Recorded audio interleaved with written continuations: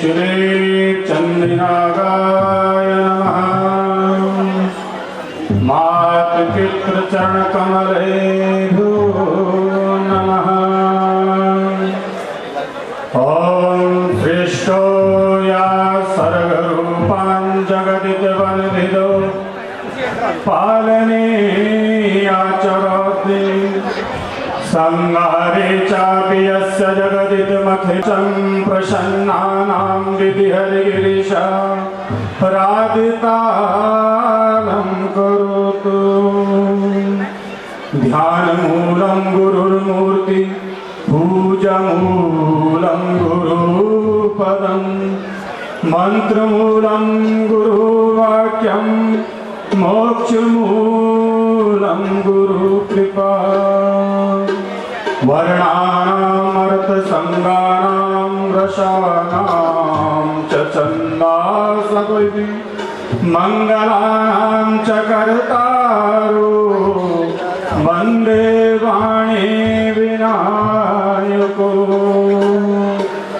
नारायणं नमस्कृत्यं नरं चैव नरोत्तमं देवीं सरस्वतीं व्यासो ततोर्जयामुदीरयेत्।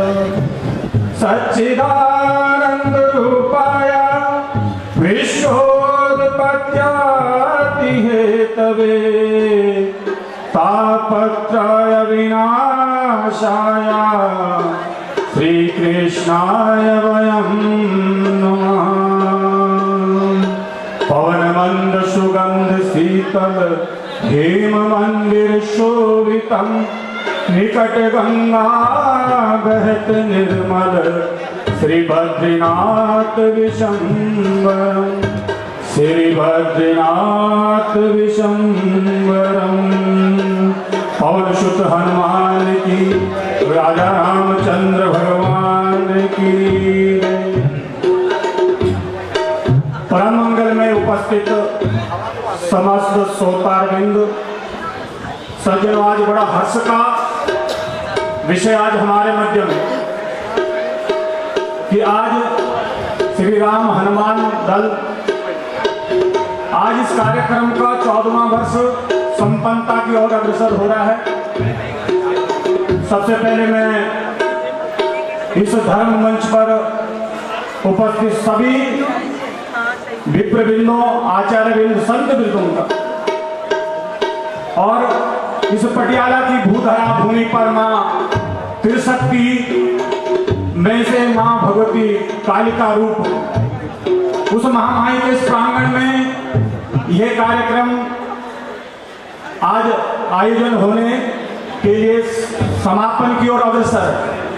सबसे पहले मैं समस्त विप्रबंधों और संत बिंदों के लिए, जिसमें मानस में कहा गया है कि प्रथम बंदहो प्रथम महीसुर चरणा।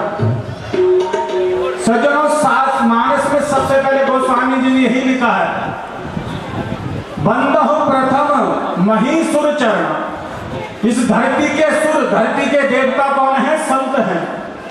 और संतों की वाणी, संतों की वाणी प्रेम से सुने जो कोई, गंगादि तीर्थों का फल बिना स्नान के हो।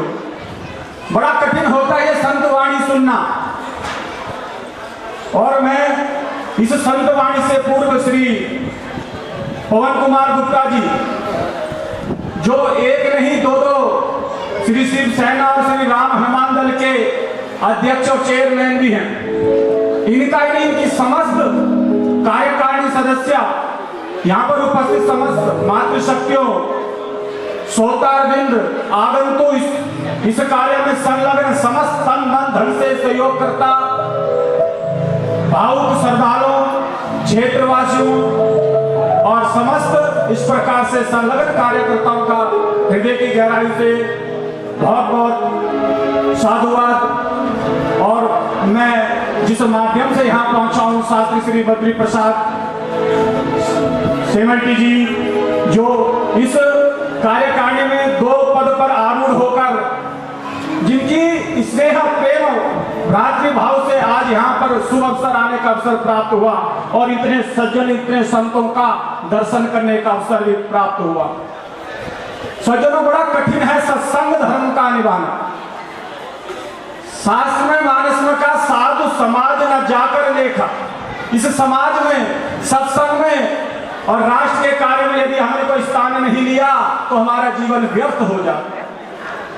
बड़े बड़े संतों की वाणी हमने आज सुबह से श्रवण करता है, क्योंकि भक्ति में भी सबसे प्रथम लिखा है श्रवणम और कीर्तनम। और ये मेरे ख्याल से पवन कुमार गुप्ता जी भली भांति जानते हैं, यहाँ श्रवण भी हो रहा, कीर्तन भी हो रहा। तो कीर्तन के माध्यम से दूसरी भक्ति कीर्तन की है। देखो, नवदा भक्ति ये भागवत के अंतर्गत है, श्रवणम कीर्तनम। तो श्रवण भी हो रहा, संतों की अजस्त वाणी से आप सभी लोग कृतार्थ हो रहे, समय समय पर इस वाणी को सुनकर आप लाभान्वित हो रहे। इसलिए संत समागम बड़ा कठिन हो जाता। ये अपनी इच्छा से नहीं, आपन इच्छा हो तो नहीं, प्रभु इच्छा तत्काल। ये संत वाणी भी प्रभु कृपा से हमें मिलती है। जहां पर कृपा राम की होई, ता पर कृपा करे सब कोई। और राम की कृपा किस पर होती है? जो इस प्रकार से सज्जनों श्रद्धा और भक्ति और उस कार्य के लिए झुक जाता है। हनुमान जी ने जब लंका में प्रवेश किया, देखो समय, शक्ति और संपत्ति, तीन मर्यादा से किसी कार्य को करना चाहिए। हम किसी व्यक्ति के पास जब जाते हैं, तीन तरीके से जाते हैं, अभाव में, स्वभाव में और प्रभाव में। अभाव कब होता है? यदि हम पर कोई संकट आता है, यदि हम पर कोई दुख, कोई विपदा सताती है, तब हम किसी के पास सहायता के लिए जाते हैं। ये हो गया अभाव। ध्यान रखना, हम किसी के पास कब जाते हैं? पहला है अभाव, किसी संकट में, किसी विपदा में, किसी दुख में हम किसी के पास सहायता लेने जाते हैं। और दूसरा है प्रभाव। यह व्यक्ति बड़ा हो, बड़े पद पर हो, तब हम उससे अपना कार्य निकालने जाते हैं। बड़े पद पर हो तब उससे हम अपना कार्य, वो उसका प्रभाव है, समाज में किस पद पर है, तब हम उसके पास जाते। और तीसरा होता स्वभाव। देखो, अभाव, प्रभाव और स्वभाव। लेकिन भगवान कैसा है? भगवान तीनों चीजों का मालिक। दुख में भी उसको हम समझते हैं, और प्रभाव भगवान का महान, और स्वभाव भगवान का कैसा है? निर्मल मन जन सोही मोहि पावा। भगवान कहते हैं, कौन मुझे प्राप्त करता जिसका मन निर्मल है। इस निर्मल मन के लिए हमें क्या होना चाहिए? हमें सत मार्गों पे चलना चाहिए। इसलिए गोस्वामी जी ने कहा, भगवान ऐसा नहीं मिलता। दो चीज इस शरीर में हमें प्राप्त है, मन और बुद्धि। देखो, शरीर में कोई रोग लगता है, कोई दुख लगता है, दवाई होती है, उपचार किया जाता है। लेकिन मन और बुद्धि ऐसी है जिसके लिए उपचार नहीं है, जिसके लिए साधनाएं हैं, जिसलिए संत वाणी है, जिसलिए सत्संग है और राष्ट्र भक्ति की जाती है। ये दो चीज कब खराब होती है हमारे शरीर में? कब हो जाती है? जब हम भटक जाते हैं। इन्हीं कुपंत पग देख खगेसा, रह नए तन बल बुद्धि और वेश। गोस्वामी जी मानस में कहते हैं, ये दो चीज कब खराब होती है हमारी? मन और बुद्धि कब भटकता है? जब हम जानबूझकर गलत मार्गों पे चलते हैं। और ये तो धर्म का ही नहीं, धर्म सत्संग का मंच है और छोटा नहीं है, शक्ति पीठ है सज्जनों। इसलिए धर्म, इसके पथ पर इतनी संतों की वाणी आप सुनते हुए और आगे भी सुने। तो ये धर्म कौन है? धर्म किसकी रक्षा करता? धर्म रक्षित रक्षित। जब हम धर्म के मार्ग पे चलते हैं तो तब स्वयं नारायण हमारी रक्षा करते हैं। छोटा सा आपको दृष्टांत दूंगा महाभारत के माध्यम से। जिस गीता का उपदेश आपने कई बार सुना, जिस गीता का सार स्वयं भगवान कृष्ण ने अर्जुन को उस कुरुक्षेत्र की भूधरा पर अर्जुन को भगवान ने श्रवण किया लाया, उस महाभारत युद्ध के दौरान धृतराष्ट्र हस्तिनापुर में बैठे हैं और संजय के पास दिव्य दृष्टि है। देखो, मोह बड़ा खराब होता है। नीति में 4 दुखों को लिखा है कि नास्तिर काम समो व्याधिर और नास्तिर मोह समारिपो, नास्तिर कोप समो वहिर और नास्तिर ज्ञान परम सुखम। ये मोह बड़ा दुखदायी होता है। धृतराष्ट्र का मोह क्या है? पुत्र मोह ने सब कुछ गवाया। इसलिए वही धृतराष्ट्र संजय की दिव्य दृष्टि से पूछते, जानते हैं। देखो, धृतराष्ट्र पुत्र के मोह में, इसे राष्ट्र के प्रति मोह ना हो, राष्ट्र के प्रति समर्पण होना चाहिए, राष्ट्र के प्रति हमें तत्पर रहना चाहिए। चाहिए, क्योंकि राम को भी तभी भज पाएंगे जब राष्ट्र का सकल निर्माण होगा, राष्ट्र के प्रति हम संगठन करेंगे, राष्ट्र के प्रति हम सदमार्ग पे चलेंगे, तभी इस राम की हम जय बोल सकते हैं। आज इस देखो सभा में आप सभी भक्त बैठे, कोई हनुमान की जय करता, कोई राम की, कोई दुर्गा की, कोई काली की, लेकिन सबसे बड़ा ये सनातन धर्म है। सूर्य का संसार में कोई विकल्प नहीं है। कोई ये बता दे कि सूर्य भगवान अगर कल नहीं निकलेगा, उसकी जगह कल कोई और आकर प्रकाश करे संसार में, मैं नहीं बोलूंगा, मेरे पीछे 1000 संत यहाँ बैठे, मैं अपनी वाणी को विराम दूंगा, चल जाएगा। बड़े बड़े संतों की अजस्त वाणी को आपने सुना है, मेरे बदले दूसरा बोल सकता है, लेकिन सनातन धर्म एक बार रचा गया है, ये दोबारा निर्माण नहीं होता, जिसका ना सन है और ना कोई अंत है, वही सनातन है। सूर्य का प्रकाश, सूर्य का दूसरा कोई प्रतिरूप नहीं है कि कल आकर कोई दूसरा ड्यूटी दे संसार को प्रकाश। सूर्य एक रचा गया है, सनातन धर्म एक रचा गया है, जिसका दूसरा कोई विकल्प नहीं है। वही धृतराष्ट्र का मैं आपको दृष्टांत दे रहा हूं। धृतराष्ट्र कहते हैं, लेकिन देखो मोह में भी क्या कहा है, संजय से कहते हैं धर्म क्षेत्र कुरुक्षेत्र समवेता युद्धसभा और माव का पांडवा चेवा किम कुर्वत संजय। अरे धृतराष्ट्र क्यों नहीं बोला युद्ध क्षेत्र, जिसमें रथी महारथी बड़े बड़े योद्धा वीर गति को प्राप्त हुए, तो धृतराष्ट्र युद्ध क्षेत्र क्यों नहीं बोला, द्वंद्व क्षेत्र क्यों नहीं बोला, युद्ध की भूमि क्यों नहीं बोली, धर्म शब्द से क्यों पूछा संजय को कि संजय धर्म क्षेत्र में और कुरुक्षेत्र में, क्योंकि धृतराष्ट्र भी जानते हैं यत्र योगेश्वरा कृष्णा यत्र पात्रु धनुर्धरा, क्योंकि उस कुरुक्षेत्र की भूमि स्वयं भगवान नारायण विद्यमान है, स्वयं भगवान कृष्ण आरूढ़ है, क्योंकि भगवान किस रथ पर बैठते हैं, धर्म के रथ पर बैठते हैं। आपने ये सभा देखो यहाँ पर लगाई है, संत अपनी ही पंक्ति में बैठकर आपका इस संत के और धर्म का आपका प्रवचन सुना रहे, ये संतों की सभा है, ये और सभा नहीं। तो इसलिए सज्जन सज्जन के संग ही बैठता है और भगवान धर्म के रथ पर ही बैठता है। इसीलिए उस नारायण ने उस महाभारत के युद्ध में अर्जुन की रथ की डोर संभाली, क्योंकि भगवान किस रथ पर बैठते हैं, धर्म के रथ पर बैठते हैं। तो धर्मो रक्षित रक्षित, तो धृतराष्ट्र जानते वहां भगवान नारायण विद्यमान है, इसलिए सज्जनों उस भगवान से विमुख ना हो, इसलिए यह बड़ा ही कठिन हो जाता है। हनुमान जी लंका में प्रवेश करते हैं, मशक समान रूप कब धरी। देखो सुनने वाली बात है कि राम काज के लिए झुकना पड़ता है। हनुमान जी भूताकार शरीर, हनुमान जी का शरीर भयंकर भी है, सूक्ष्म रूपधारी सिंह दिखावा और विकट रूपधारी रंग जरावा, लेकिन जब लंका में प्रवेश कर रहे हैं तो मशक समान, एक मच्छर के समान हनुमान जी ने अपना रूप धारण किया। क्यों किया हनुमान जी ने रूप धारण? इसलिए किया क्योंकि राम काज में झुकना पड़ता है, छोटा बनना पड़ता है, सत्संग के लिए, राष्ट्र के लिए और राष्ट्र निर्माण के लिए आपको झुकना पड़ेगा, छोटा बनना पड़ेगा, तभी राष्ट्र का कल्याण होता है। राष्ट्र ऐसे ही नहीं बनता। मैं हृदय की गहराई से धन्यवाद करता हूं इस राम हनुमान दल का, शिवसेना के समस्त पदाधिकारियों का, और यही नहीं यहाँ पर कानून की व्यवस्था रक्षा करने वाले हमारे पुलिसकर्मी भी सुबह से लगे हुए हम देख रहे हैं। क्यों? ये इनका भी धर्म है इस क्षेत्र की रक्षा करना, क्योंकि शास्त्र में लिखा गया सज्जनों इस प्रकार से त्रम ब्रह्म विदा सर्वस्त्रिण सूर्य सजीवितम और जिता सास्या तृणम नारी न स्पृशातनम जगत। सूरवीर के लिए अपने प्राण तुच्छ समान हो जाते हैं, ब्रह्म ज्ञानी के लिए स्वर्ग तुच्छ हो जाता है। इसलिए जिसकी वीरता है अपने देश के लिए वीरता दिखानी चाहिए, अपने क्षेत्र के लिए वीरता दिखानी चाहिए, अपने समाज के लिए वीरता दिखानी चाहिए। तो ये कोई साधारण नहीं है। मैं पवन कुमार गुप्ता जी का फिर से हृदय की गहराई से धन्यवाद। देखो सबसे बड़ा संगठन चलाना और संगठित रखना बड़ा काम बन जाता है। ये संत है, ये समाज है, इसमें इस प्रकार से विमुख भी होंगे, सन्मुख भी होंगे, लेकिन सबको लेके चलना।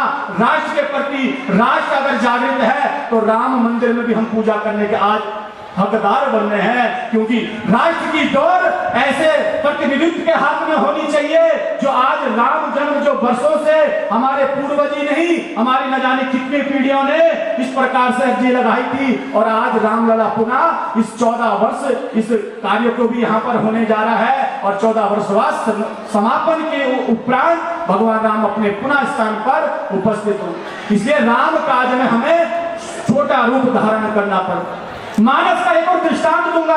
आज नारी शक्ति दिवस का भी सुबह से कई संतों ने अपनी वाणी से किया। नारी शब्द के लिए देखो जो शब्द बोलूंगा, हमारे नारी शास्त्र में लिखा है आप कहते हैं राष्ट्रभक्ति नहीं होनी चाहिए। अरे यही माता है, नारी को नारी ना कहो, नारी नरक की खान, और नारी से ही सुत उपजे भरत प्रहलाद समान।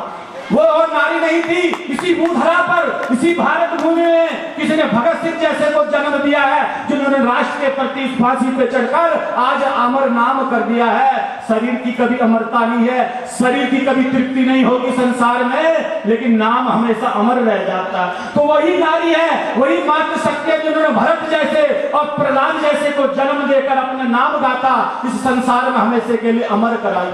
सजनों बड़ा कठिन हो जाता। भगवान राम वनवास की ओर जा रहे थे, माँ कौशल्या कहती है बेटे किसके कहने से वनवास स्वीकार किया है? आज्ञा तेरे लिए नहीं थी, 2 वचन केकई ने अपने मांगे थे, वो राजा जाने और रानी जाने, तेरे पास पूरा हक है, उस वचन का विमुख हो जा, पिता के वचनों को टाल दे।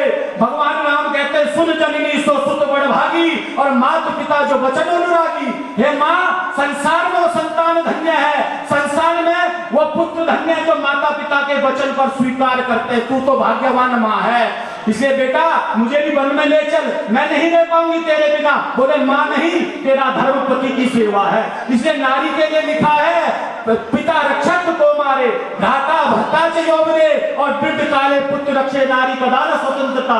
सनातन धर्म बताता है, सनातन धर्म की संस्कृति बताती है नारी के लिए बेटी छोटी हो पिता की देखरेख में अपना जीवन व्यापन करे।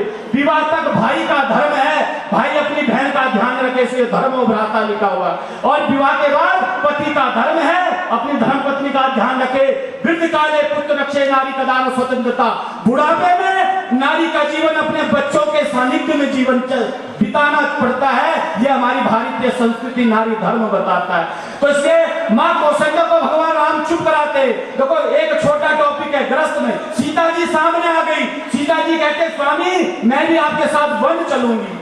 अरे सीता मेरे साथ जंगल के दुखों को नहीं सहन कर पाओगी। एक राजा जनक की बेटी हो, राजा इस प्रकार से दशरथ की पुत्र वधु हो, जंगल के दुख सहन नहीं कर पाओगी। अच्छा, स्वामी को सीता जी समझाती है, स्वामी अभी तो माता को नारी धर्म समझा रहे थे, मैं कैसे यहाँ रह पाऊंगी? मैंने 7 फेरे आपके लिए है। अवध कहाँ? जहाँ राम निवासा। अयोध्या कहाँ होगी? जहाँ राम होंगे। और चाहे वो जंगल हो, चाहे वो अयोध्या की राजधानी हो। इसलिए नारी का धर्म सीता जी ने भी समझा कि अवध कहाँ? जहाँ राम निवासा। मेरे लिए अयोध्या कहाँ होगी? जहाँ मेरे राम होंगे। देखो ये गृहस्थ का सुख है, गृहस्थ का आपस का दायित्व बन जाता। इसलिए सज्जनों ये संगठन कार्य साधारण नहीं होता। न जाने कितने तरीके से, कितने प्रयासों से, कितने विचार से इस कार्यकारिणी ने इस राम हनुमान सेवा दल के जितने पदाधिकारी, यही नहीं मैं देखो सीधा कहता हूं आ से लेकर 11 तक इसके बीच में सबके नाम आते होंगे। आ से लेकर 11 तक के बीच में सबके नाम आते होंगे। वर्णमाला इतनी ही होती है, किसके बीच जितने होंगे सभी ने अपना सहयोग विचार किस तरीके से इस कार्य को संपन्न करना है, कैसा संत स्वागत करना है, कैसे अतिथि स्वागत करना है, और कैसे हमारे गणमान्य लोगों के प्रति आपने अपना इस प्रकार से भाव प्रकट करना है। वाणी को ज्यादा ना लेते हुए, समय का अभाव, मुझे 15 मिनट दिए गए थे, इस 15 मिनट की भूमि की ज्यादा ना लेते हुए हनुमान से ऊपर कुछ नहीं। तो इस प्रकार से सज्जन इस वाणी को विराम देते हुए फिर से श्री पवन कुमार गुप्ता जी, क्योंकि राम हनुमान सेवा दल के भी और शिवसेना के भी, देखो मैं एक ही चीज इनके लिए कहूंगा, मानस में काव्या सुंदर कांड में जिन अमोघ कर रघुपति बाना, यही भांति चले हनुमाना। हनुमान जी इस लंका में किस भांति गए, जैसे राम जी का बाण चलता है, तो ऐसी हृदय की गहराई से कि पवन गुप्ता जी का अपना कथक प्रयास है, उस भांति चले। भगवान राम के बाण में विराजमान होकर जैसे हनुमान जी लंका तक पहुंचकर राम काज सफल किया है, ऐसे आप लोगों का कथक प्रयास सफल हो। आपके साथ जुड़े हुए समस्त इसी नहीं अन्य क्षेत्र से आए, अन्य प्रांतों से आए भी, जिन्होंने तन मन धन से अपने भाव सहयोग दिया है, भगवान की असीम कृपा हो, हनुमान जी की कृपा, मां शक्ति की विशेष उन पर कृपा दृष्टि, और इसी प्रकार से ये सार्थक राम राज्य लाने में सामर्थ्य हो। इस भारत भूमि नहीं समस्त क्षेत्र में इनका कथक प्रयास सफल हो। इसलिए जो धर्म की रक्षा करता है उसकी रक्षा स्वयं भगवान करता है। बोलो राजा रामचंद्र भगवान की, पवन सुत हनुमान की, बोल कालिका मैया की जय। तो सज्जनों वाणी को विराम, हृदय की गहराई से समस्त संतों के चरणों में फिर से करवत प्रणाम। उनकी अजस्त्र वाणी से भी हमें आज ये अवसर प्राप्त हुआ और पवन गुप्ता जी के लिए भी और श्री बद्री प्रसाद जी के जिनके माध्यम से मैं यहाँ पर आकर इस महामाई के गुणगान, देखो हम कुछ नहीं है, ये संत समागम मिलना बड़ा कठिन हो जाता है। उस हनुमान जी के चरणों में इस प्रकार से नतमस्तक होता हूँ। आपका कथक प्रयास सफल हो और कार्य सफल हो। जय श्री राम, बोलो पवन सुत हनुमान की जय।